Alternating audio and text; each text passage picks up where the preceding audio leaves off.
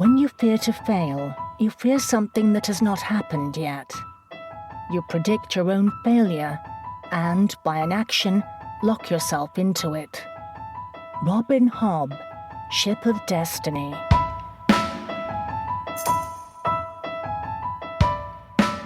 Hello, you're listening to AMI Audiobook Review. I'm Jacob Szymanski with Ramya Within. Ramya, what's up? Hey, not much. I'm really looking forward to this episode. Nisreen Abdalmajid is with us. She's our technical producer, and astute listeners might have noticed that that wasn't the voice of Ramya or me, as you would expect normally, or Nisreen. That was Anne Flosnik, who's a prolific audiobook narrator that's been around forever, and I'm personally a massive fan. And we're lucky enough to have her with us this week. Let me give a quick little introduction.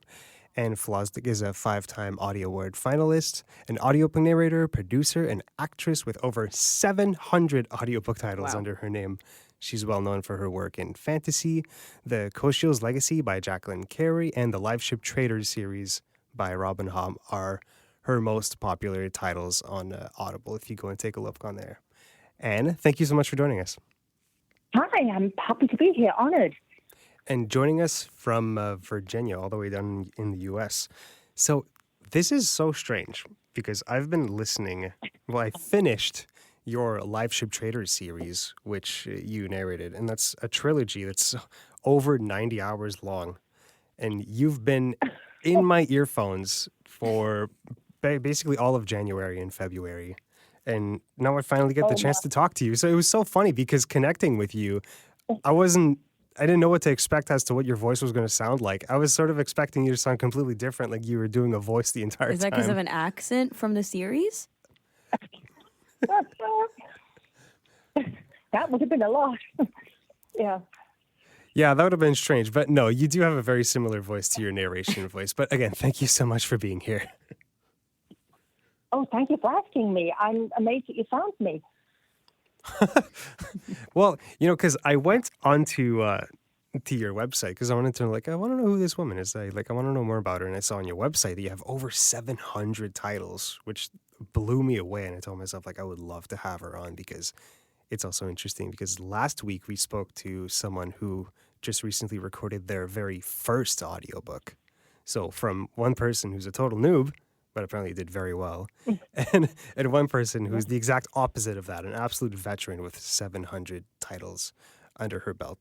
So what's interesting is that I also saw on your website that you were at one point a registered nurse, midwife, air stewardess, a flight stewardess. Mm-hmm. How do you go from that to making a full-time gig out of audiobook narration? What's your story? Oh, it's a long one. It wasn't a straightforward affair. It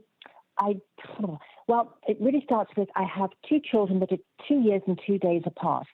And once my baby was in the world, then I thought, if I keep on, I was an obstetric nurse, so like a labor and delivery and postpartum nurse in a hospital. And I worked 12-hour night shifts. And I thought, and it was great. Very, very demanding job. And with 2 little ones at home, it was just the busiest time you could imagine. But I thought, if I don't make some kind of a change now, this is going to be where I check out. This is my life. So at the time, I was searching and listening to Tony Robbins' Awaken the Giant Within, and just started different things. So I started taking acting lessons. That was one thing. And with all the training and all the things that I did, I amassed 3 full resumes. So I had, on films, lead roles in local films and TV commercials, what they call them, industrial films, all kinds of things, and voiceover work. And the first teaching that I got was a very good voice teacher. And that was where I kind of put my money initially, because this wasn't any kind of a time to be finding yourself. And so I was doing all of that acting, and as well as that, I sold skincare. That was this, Oriflamme was the name of it. It was European skincare. And that got me into the habit of going to places like you would, when you're an actor and you go for auditions or you turn up on different sets. There's a lot of traveling involved. There's a lot of meeting people that you've never seen before. There's a lot of standing and talking in front of people that you've never met before. So that got me very familiar with all of that. And in doing those parties, I met a lady that worked at a local TV station that was a public access one. And then I got kind of joined into that community and found out who all the good teachers were, who took the best headshots, who did the best demos, all the things that you needed to know to start an acting career. And I did that quite successfully. And in 1996, I got a job as a studio narrator at the Library of Congress in Bethesda, Maryland. Now it's in Rockville, Maryland. And that was where I was there from 1996 until 2008, I think it was, when I had one book that was very big, and then I just couldn't get back to the Library of Congress because I was working commercially kind of nonstop at that point. So it was a slow process. And my first commercial audiobook was at the Library of Congress. They have a special program that all may read for people that can't read for various reasons. It might be a temporary thing or it might be a permanent situation. And those books were recorded on some kind of a situation. This was all pre-computers. I mean, so long ago. There were no computers, and there was no electronic anything. The scripts we were handed books, and then when I did things commercially, it was 200 pieces of paper or whatever the book length was. So it started like that, and that's where I kind of just did what I did, and there weren't any teachers, certainly that I knew of, back in 1996. So I just did what I did, and I got better at what I did, and I read an awful lot of things that weren't American. So pretty much anything that's not American at that time, I likely read it. So there was a lot of fiction books from all over the world, a lot of history books, anything that wasn't American history.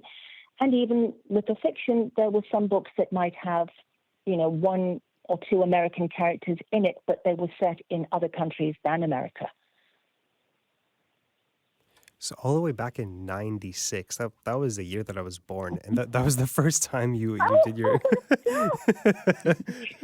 Oh, no. Oh, yeah. You're making me feel ancient. Oh, that wasn't my intention. I mean it as a point of... It's a compliment. Yeah. 1996, yeah, back in those dark ages. Yeah. Right, and that was before we were recording things digitally. So what did an audiobook studio look like in 1996? Like, can you describe what it looked like? Mm-hmm. Well, from my point of view, exactly the same, because I did nothing but, sit in front of a microphone. All those things would have been the same. I had no clue about anything technical because I didn't need to know anything. Things were recorded onto cassettes. I do know that. And the Library of Congress ones weren't regular cassettes. And I know when we did corrections, too, you had to match the thing perfectly. The original take had to be matched in real time, but now you're saying it correctly. Yes, and sometimes, they were taking out razor blades and things, splicing. I don't even know what it means, but it's not the seamless thing that it is now. But there is a gift in that was very, very difficult. It really was to get a thing into the exact space on the tape that it had been initially, and now it could be weeks later, and you might have had a cold or, who knows what. But it gave me an innate sense of timing that I wouldn't otherwise have.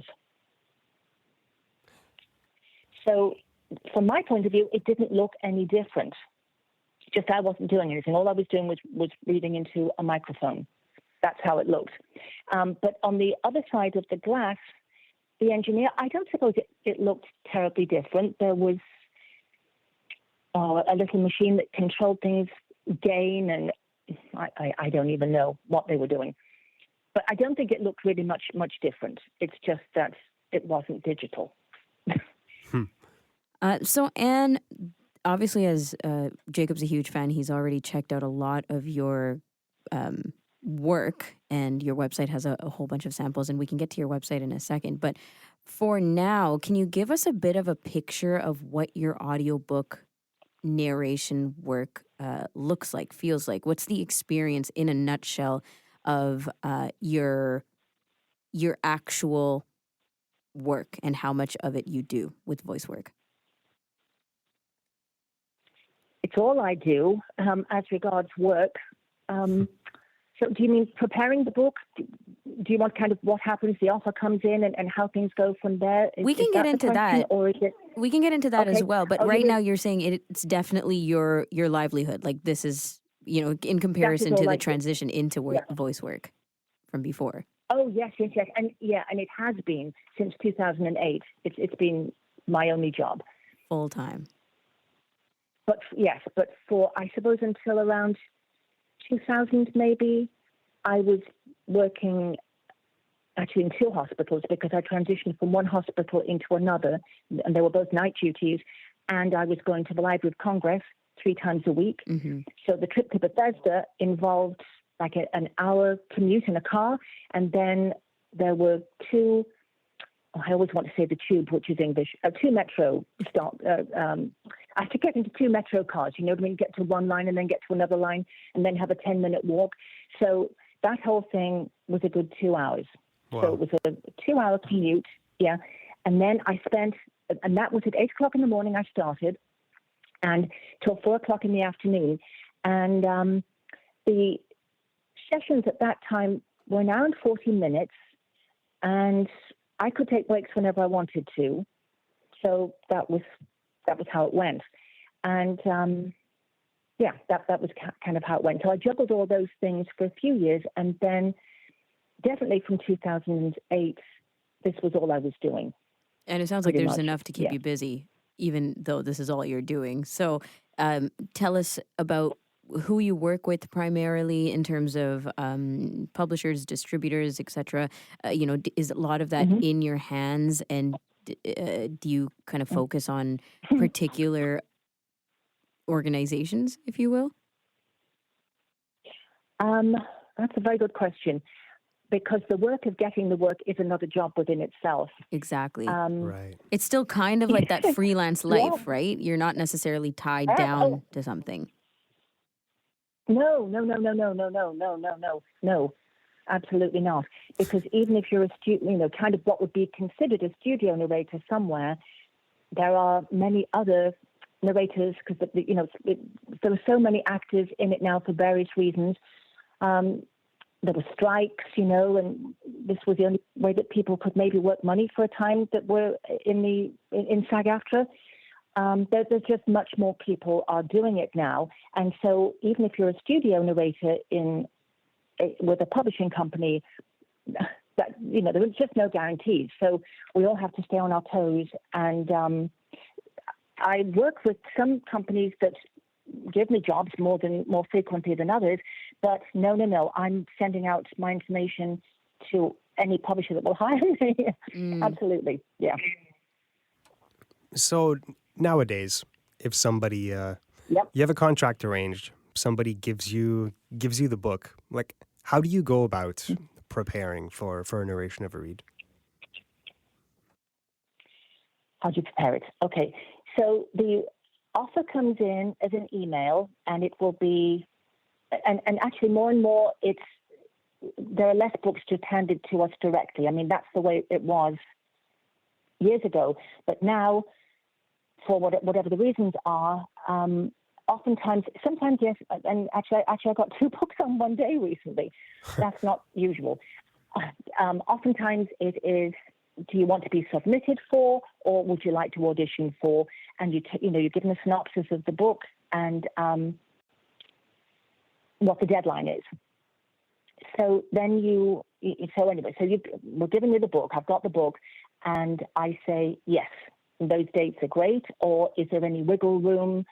Could I have another 2 or 3 dates? Whatever the thing, because there might be some negotiation on the dates, just might not work, and sometimes they won't work, and you have to let that book go.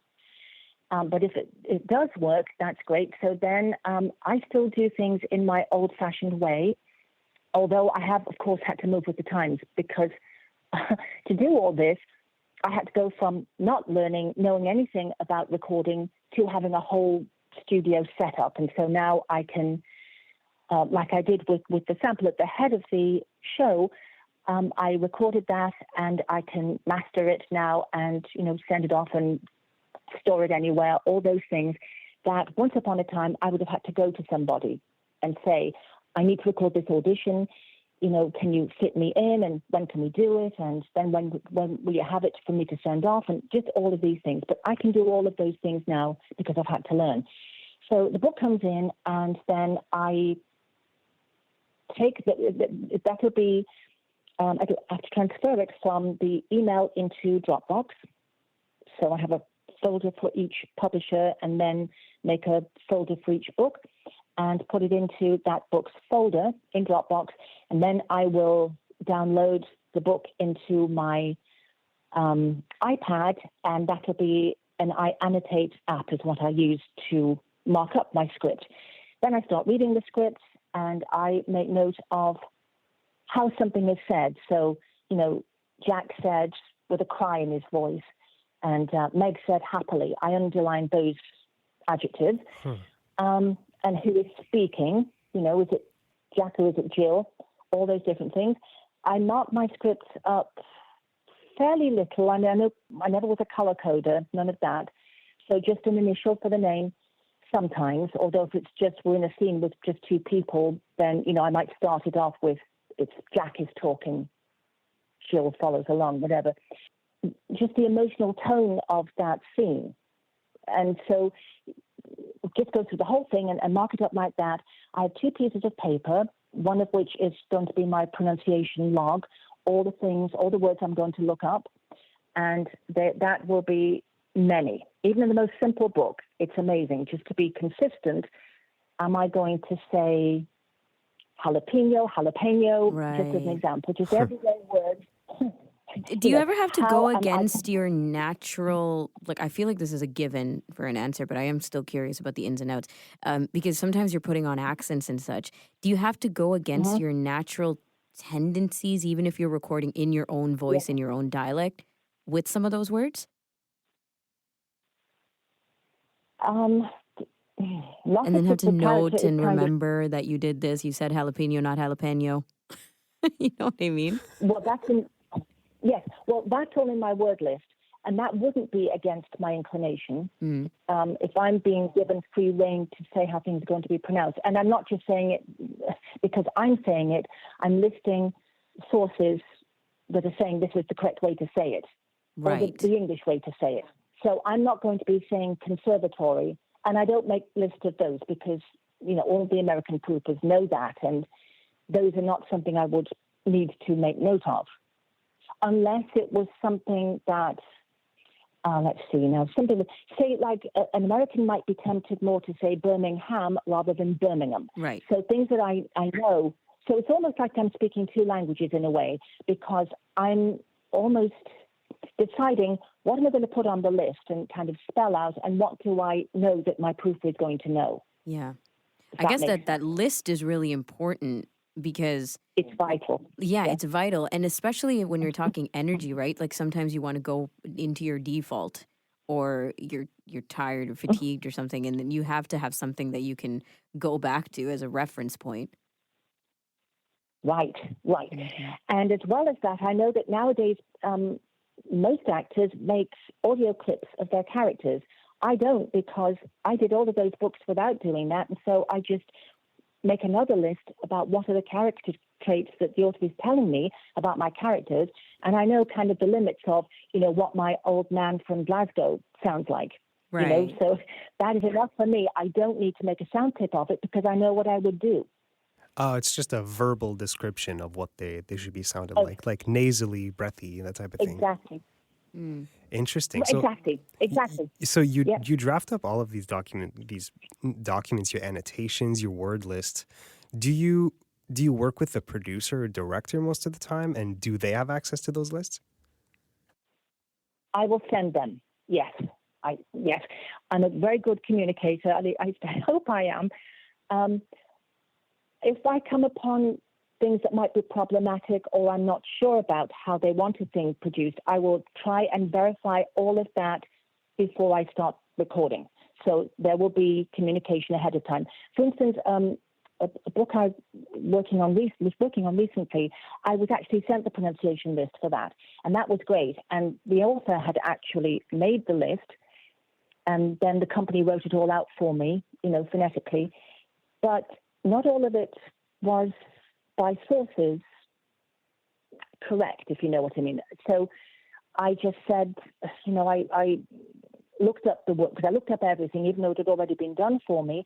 And then there were some instances, it was only 3, but words that were just, I didn't think from the research I was doing, it wasn't what was commonly coming up as that's the pronunciation.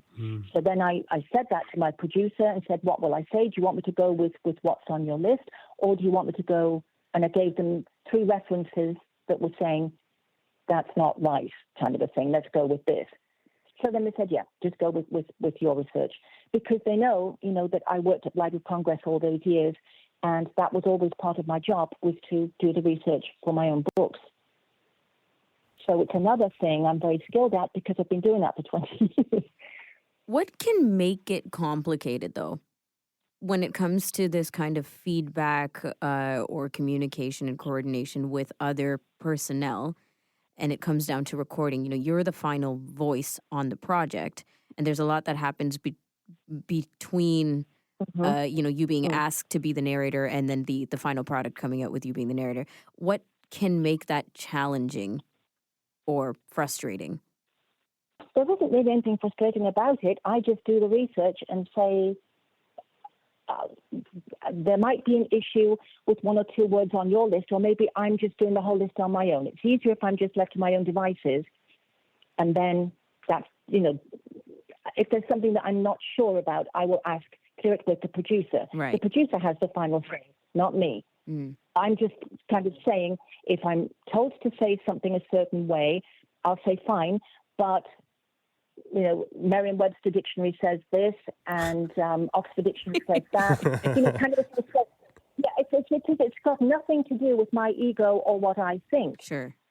I'm just trying to get to what is the right thing and what is going to make everybody the most comfortable that I'm saying, because I'm a paid mouthpiece. So I do the research and I offer it over, and then it's really the producer. And the producer might be the one that is where the buck stops, and he says, okay, we're going to do it the way that you said it, Anne, or the way that you have it listed, or no, let's just stick with what the author said, or whatever the case might be. There are multiple scenarios. So you're well known for your work in fantasy, and in fantasy, they just make up words quite a lot. Sometimes you'll read a sentence that's 3/4 made up words. All these rules are tossed out the window. Yeah, exactly. Everything you just said gets tossed out the window. And in those situations, do you have the last say as to how these things are pronounced, or do you get notes from the author or your producer? How does that work? It depends on the author. And I think for most of the books I've done, I have created the pronunciations. Let's see. So many of those complicated ones are so long ago, it's hard to remember. But I know I created the list. Sometimes I've asked if it was all right to talk to the author, and sometimes the authors are busy and they say, just basically just put whatever you like, it'll be fine. Well, honestly, it does. And it depends on the producer, because sometimes it's all got to go through the producer. And I ask the questions and they get them to the authors. And as I say, some authors are just very busy and they're 10 books down the line. Do you know what I mean? Or other authors want to be very hands-on. And then that's another scenario altogether. And then I might be put into direct contact with the author, and the author will say, you're on the right track, Anne, that's fine, you keep going. If you want to know anything, ask me. It could go a number of different ways. But most of those books, certainly all the Live Ship Traders and all the Jacqueline Carey books, I created those words. I know that in the Live Ship Traders, like instead of saying king, it's called the satrap. You could have called that the satrape or the the satrape. Yeah. It's kind of ambiguous. Like you had decisions to make, is what I'm saying. Oh, the whole way through. Yes, yes. I think satrap, is that what I said? That is an actual word. And this is a thing where Is it? Oh. many people didn't hear what to, I think it is an actual word, if I remember rightly. And I know a lot of the books in a lot of the words in the Jacqueline Carey books were based on something. So I think she had a word for a place that was, there was something about Venice, something Venetian about it. And the word was kind of was almost, it was based on something, but it was just twisted off in a slightly different way. But the base of another word was there, and I could recognize that. So I honored what the base word was, if that makes sense. And the same with things like satrap, I think is an actual word. So my point being that with fantasy, we often think to ourselves, if there's just a word that we encounter that we're not 100% sure of, it's not part of our normal vocabulary, we might make a tendency to think that that's a made-up word.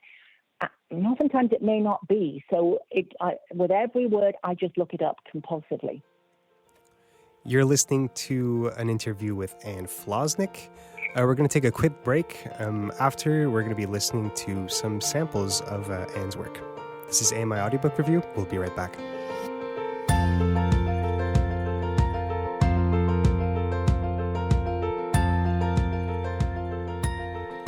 Welcome back to AMI Audiobook Review. I'm Jacob Shamansky with Ramya Amuthan. We're talking to Anne Flosnik, prolific audiobook narrator. Let's listen to a couple clips from your website, Anne, because I love your website. It's so well organized, and you provide a number of different clips, like dozens of clips of your multitude of accents. Let's take a listen to this French fantasy one, is the way you labeled it. The Queen gave a hollow laugh. Of course you have, she muttered. Jane, you will do me the courtesy of rising now from your heap. If you ask my opinion, he drawled, there is no need for all these theatrics. He turned to the Queen. You must simply find her a husband who will not keep her from court. That is French. It's obnoxiously French. Yes. Oh gosh, it's very over the top. It's very overt. Yes, It's entertaining. Good, I'm glad because that character is one of the beloved ones of that series of books, and she is just very colorful. And she is the Queen. Yeah. Yeah, and we can tell right now. Yeah, we can tell. Subtle. So dramatic. I love it. There's nothing subtle. Thank you. There's nothing subtle about it, but I can do, a very toned down, more natural French accent. But sometimes, whatever. That's the one I have up there. Again, that's a decision, right? You could have done a more subtle, more like down to earth one, but it's just it was. You thought it was right for this book to do a more over the top one, but I'd argue it makes the character more lively, more. Just a bigger personality, right? But we have a clip that has you doing a Welsh accent. Let's take a listen to that one. How many times is that this month? I'm not sure. 2 or 3, I think. I'd have to check the attendance records. Well, we'd better find out what's going on with him and see if we can offer any support. And if you had plans for this evening and want to get away, just say the word and I'll take over. No, it's all right, Martin. I'm here now, and I can use the extra hours. The woman handed Penny her change.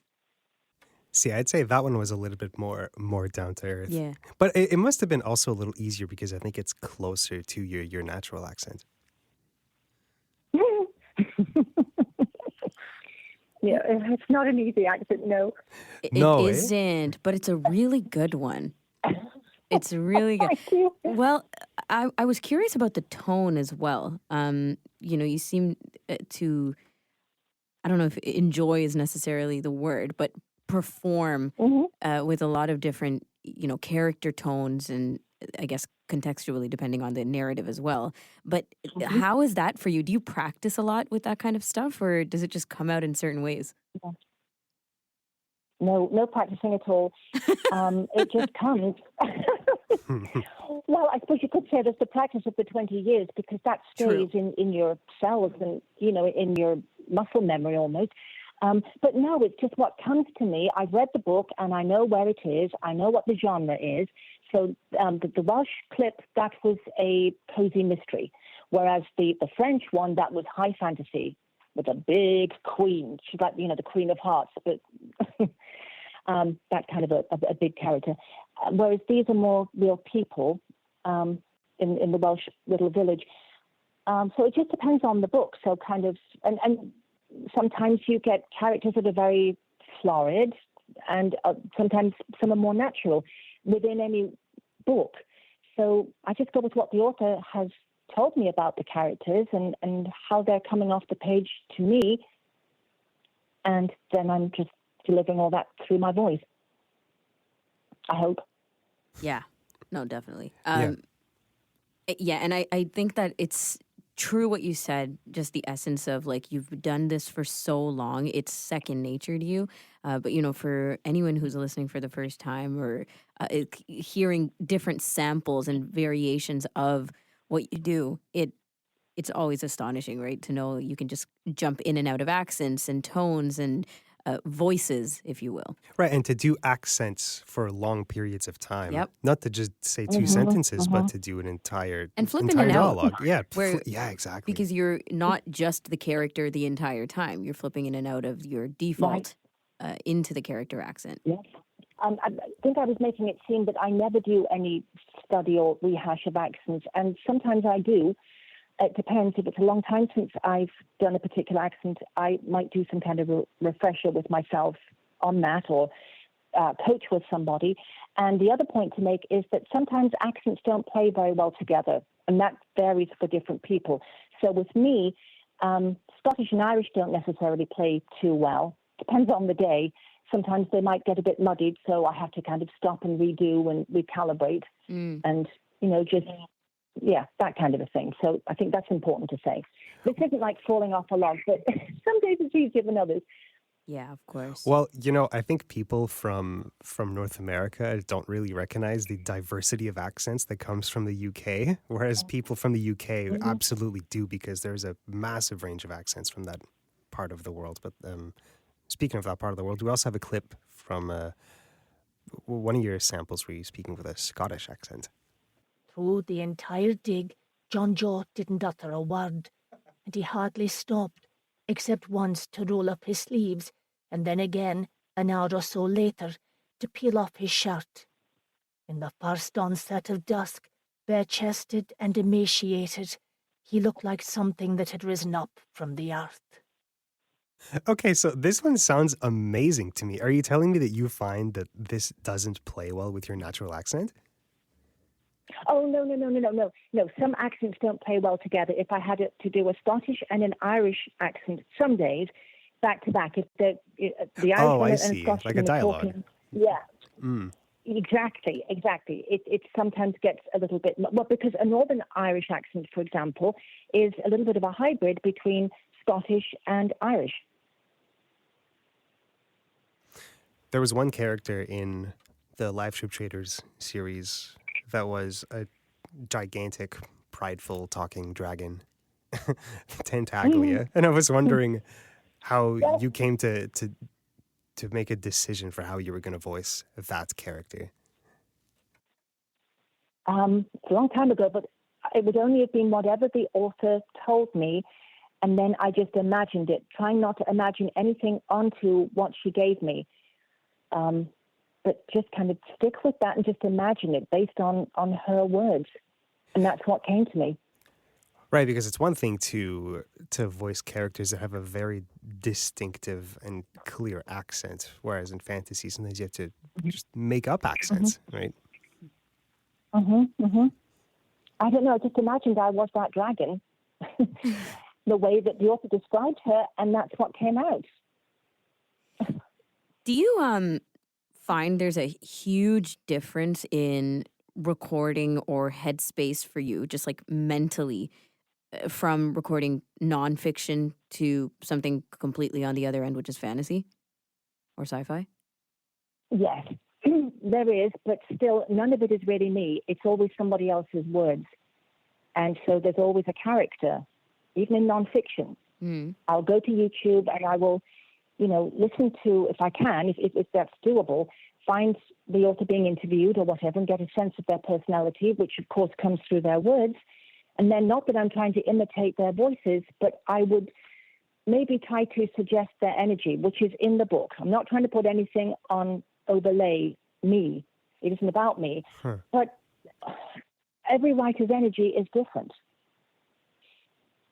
You know, we've talked on this show before about how an audiobook and the performance of an audiobook is in a way an interpretation of the work. But what I'm hearing from you is that you see yourself as a bit of a mouthpiece, and there's a certain level of objectivity to the performance where you just sort of need to do it without imposing too much of yourself onto it. Am I reading this right? Do you think there's a certain level of objectivity to reading an audiobook? I think so. But then, that's going to be as different as the actors that you talk to, because some people's voices are very distinctive and other people are more chameleon-like. There are different styles, I suppose. But for nonfiction, whoever wrote that book, that's their baby, and they are passionate about that subject. And so no matter what it is, you still have to try and inject that enthusiasm and bring it to life for the listener and try and keep them with you. So trying not to be droning. If I read something, if every passage, if everything is vitally important kind of a thing, there needs to be light and shade in everything, so that people just don't go to sleep. And that's there in nonfiction too, because sometimes there are just facts are being listed. Other times it might be a fascinating concept that's being expounded and delivered. So all of those are different energies within a nonfiction book.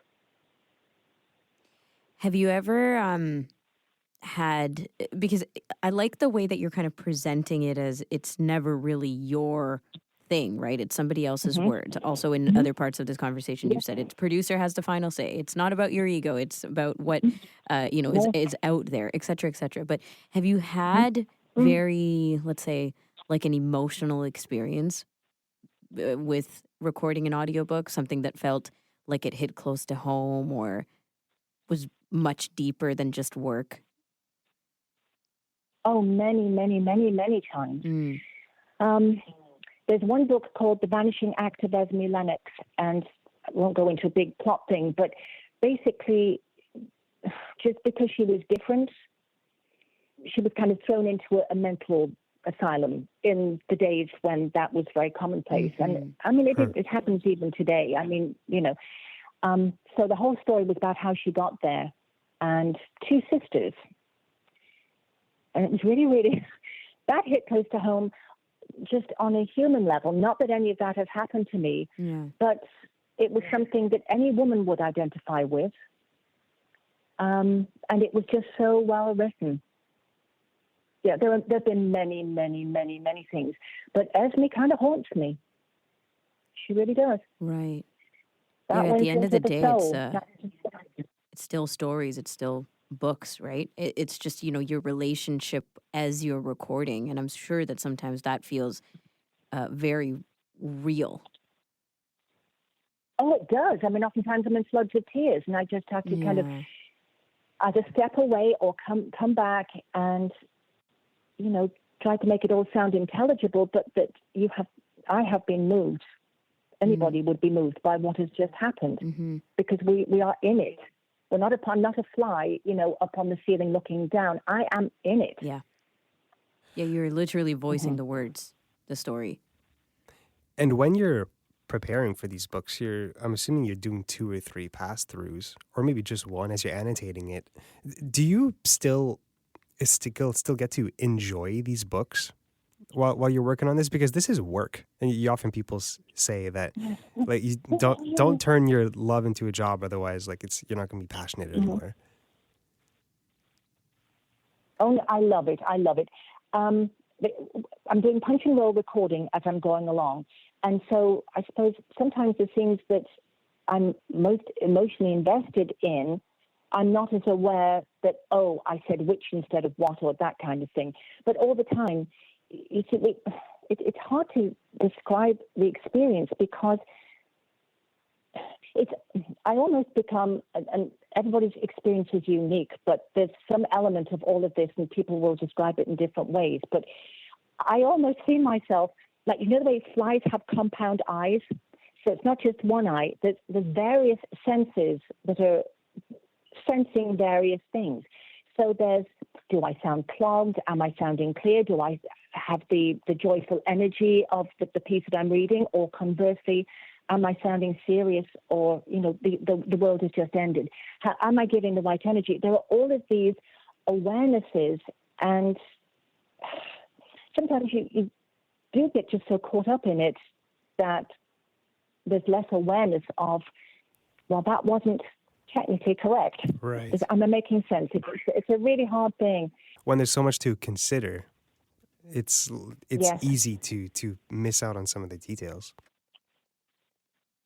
Right. So, if there's accents going on, did that sound French enough? Is it clear that if it's two men speaking, this is John and not Jack? I don't know. There's just so many things.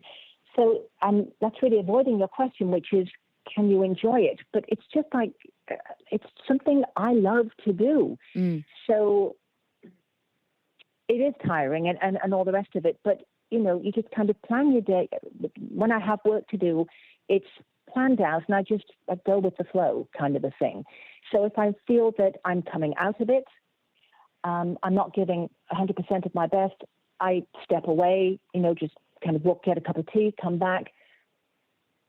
You just try to be your best and do your best. And be realistic really.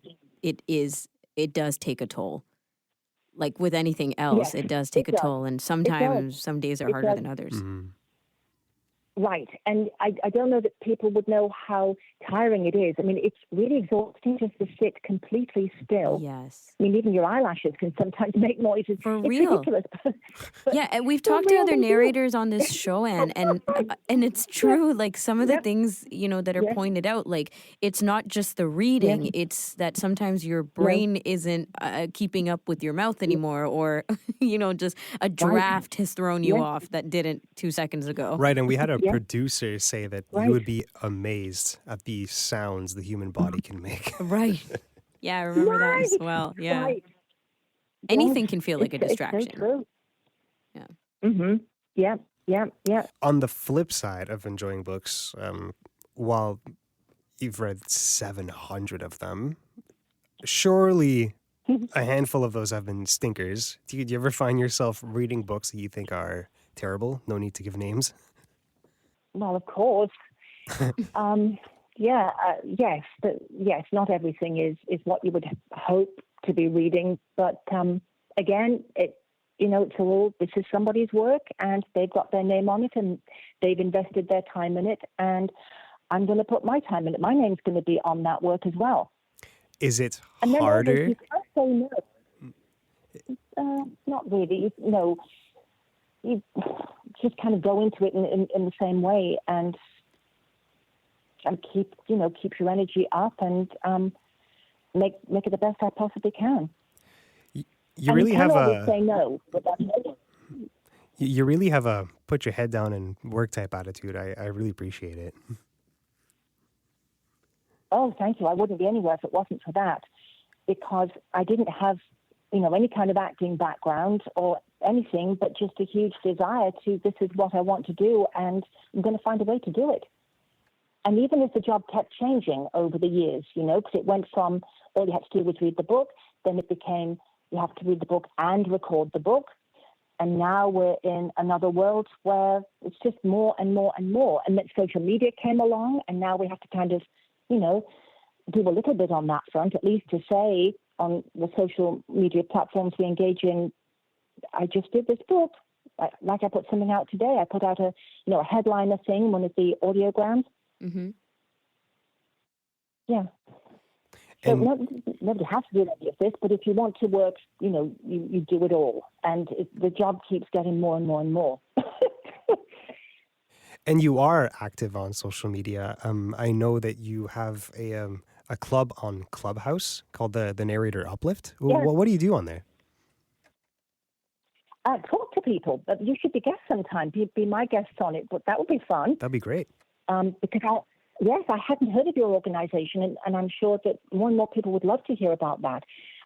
So I talk to other narrators, anybody that's kind of within that sphere, casting directors, producers, engineers, paymasters, you name it. I interview anybody that will talk to me, and we just have this kind of a conversation, something that is enlightening, hopefully, and encouraging and uplifting, and hopefully, tells people something that they didn't know that might be of service in their day-to-day. Do you have any bucket list reads? Anything that you haven't done yet? Any accents that you haven't performed yet? Or people you want to work with, or titles from particular authors? Anything at all that you're like, because you've had an extensive career. So at this point, what else is there that you'd love to do? Oh, everything. The list would be too long to even contemplate. Yes. Oh my goodness, yes. Yeah. There's and I too would many love books out another there. fantasy series. There are so many books, so little time. Mm-hmm. Do you have time for pleasure reading outside of reading for narration purposes? That goes in spurts. Right now, I usually only read nonfiction books, and could be kind of, about social media or atomic habits, these kind of books, things that would just make me a better person. Books about health. I love things about health. But stories, less and less. Or, it depends. I have some authors that I love, and I try to catch their new work, but it just depends what my workload is. And then oftentimes, too, I just listen to the audiobook, and that's a perfect way for me to, hear, oh, that's interesting how so-and-so does that. Maybe I'll try that. Mm-hmm. So I'm always trying to look and learn and not be static. In your narrator uplift clubhouse chat, I'm assuming you talk to new narrators or people looking to get better, and people are looking to get some advice out of you. What are some of the common challenges you find new narrators come across? How to get work. So that would be, common advice is things like join the Audio Publishers Association and subscribe to Audiophile magazine and sign up for the weekly reviews so that you can read what is good work, and listen to good work. And those reviews oftentimes can help propel your career, because you have to write something when you're reaching out. How to reach out to casting directors is a big thing. What are you going to say when you really don't have much to say at all, or you have no books? Everybody starts somewhere. So that kind of advice is a lot that people want to know. And in fact, just a couple of Saturdays ago, I did a class with the SAG-AFTRA union here. It's divided up into different areas. And I'm in the Washington Mid-Atlantic area, and they have conservatory workshops. And I gave a class called Ask Me Anything About Audiobooks, and then people just asked me various questions. So that question is fresh in my mind. And a lot of it was, what do you say to casting directors? Where do you find how to contact them? How do they like to be contacted? What are the conferences that you should go to? Just what are the good things to know? What microphones to use, what, DAW, which of the Pro Tools, Studio One, which of the different ways to record.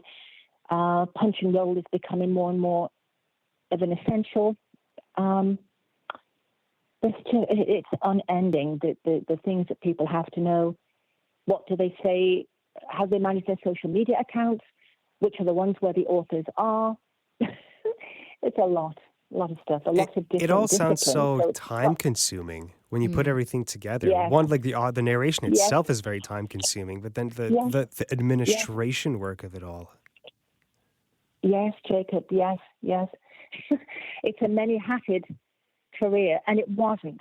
It wasn't. So I have adapted, and I'm glad that things keep changing in a way, because, you keep growing, or else you think, oh, well, I have it now.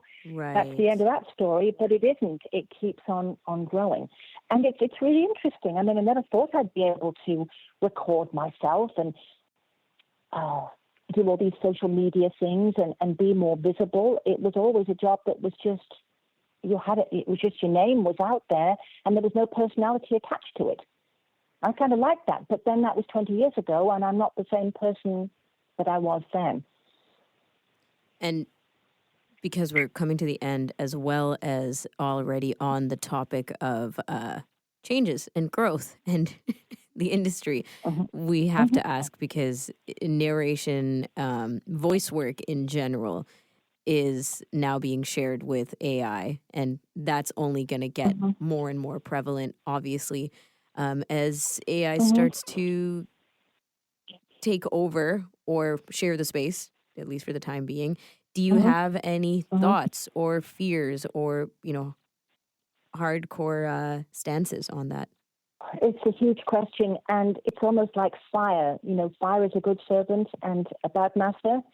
So we are in control right now, or humans, not narrators, but humans are in control of this wonderful thing. I mean, there are wonderful things, and there are already wonderful applications that can be used to benefit the industry. It's just, it's who's going to be in charge and how it's all going to be managed. That's all I can say. It's like, I just compare it to fire. It's a whole new dawn, and just hope the people at the helm keep a very even-handed view over everything. Yeah. That's all. And there's no point in. I'm not going to worry about it. I'm just going to keep on trying to do the best that I can, because other than AI, there are a million other things. I mean, we could be hit by a bus tomorrow. Could lose my voice. Right. Yeah. Might not be able to. There's so many things to worry about that I'm not going to worry about AI. I'm just going to trust that the people that are going to be in charge of it are going to be sensible human beings, be good custodians of that powerful tool, and harness it for good rather than eliminating human beings' jobs. It's a very balanced perspective. Well, thank you. There's nothing else. I don't know. There's so many times. I mean, I've seen so much over the time in my career that could have been, I could have said that's curtains. So, it goes from paper to electronic. Right. It goes from, one thing to the next. And this recording, having to learn how to record, self-record, was a huge hurdle. And it took me a long time to kind of connect with the people that could teach me that and to actually learn it. So there have been many, many steps, and at no point have I gone, Chicken Little, the sky's falling in. Well, you can, that's a choice, but it's not the choice I make. I just try to keep moving along and trying to do the best that I can, and I think that's really all I can do, and there are a million other things to be worrying about as well. So we just It's do the very best we can. insightful. It's very insightful of you to, lay out that it may be AI that we're focusing on now in current times, but yeah, these kinds of worries, fears, and just like overall, it could go this way and it could go that way. Who's really in charge? Questions have come up in so many ways already, especially what you said from analog to digital, right? A lot of us who've had to live through that know that was tough. Yes, that's right. And I mean, could be something even beyond AI that's going to be the huge bit. There's always going to be something out there, that is scary because it's new. And this has been so good. I want to thank you so much for making quite a bit of time for us. Thank you. Oh, thank you for bearing with me with all this technology after all I've said. Yeah. Do we really have a hand in any of this, Anne? It worked in the end. All right. Cheers. Thank you so much. Thank you. Thank you both so much. Take care now. All right. That was great. Next week, we're going to be talking to Sela. It just happens to be their 10th anniversary, but we want to do a deep dive into their services and what they offer because we talk about them all the time. but like we've never really taken a deep dive into how they actually work, how they actually manage their library. Mm-hmm. And also Sarah Hillis is on to tell us a little bit about the Audies and why you should care about them. That's coming up next week. If you want to leave us some feedback, you can call us at 1-866-509-4545 or leave us an email at feedback@ami.ca. I'm Jacob Szymanski. Rami Amathan is with me. Nisreen Abdelmajid is our technical producer. This was AMI Audiobook Review. Thanks for listening.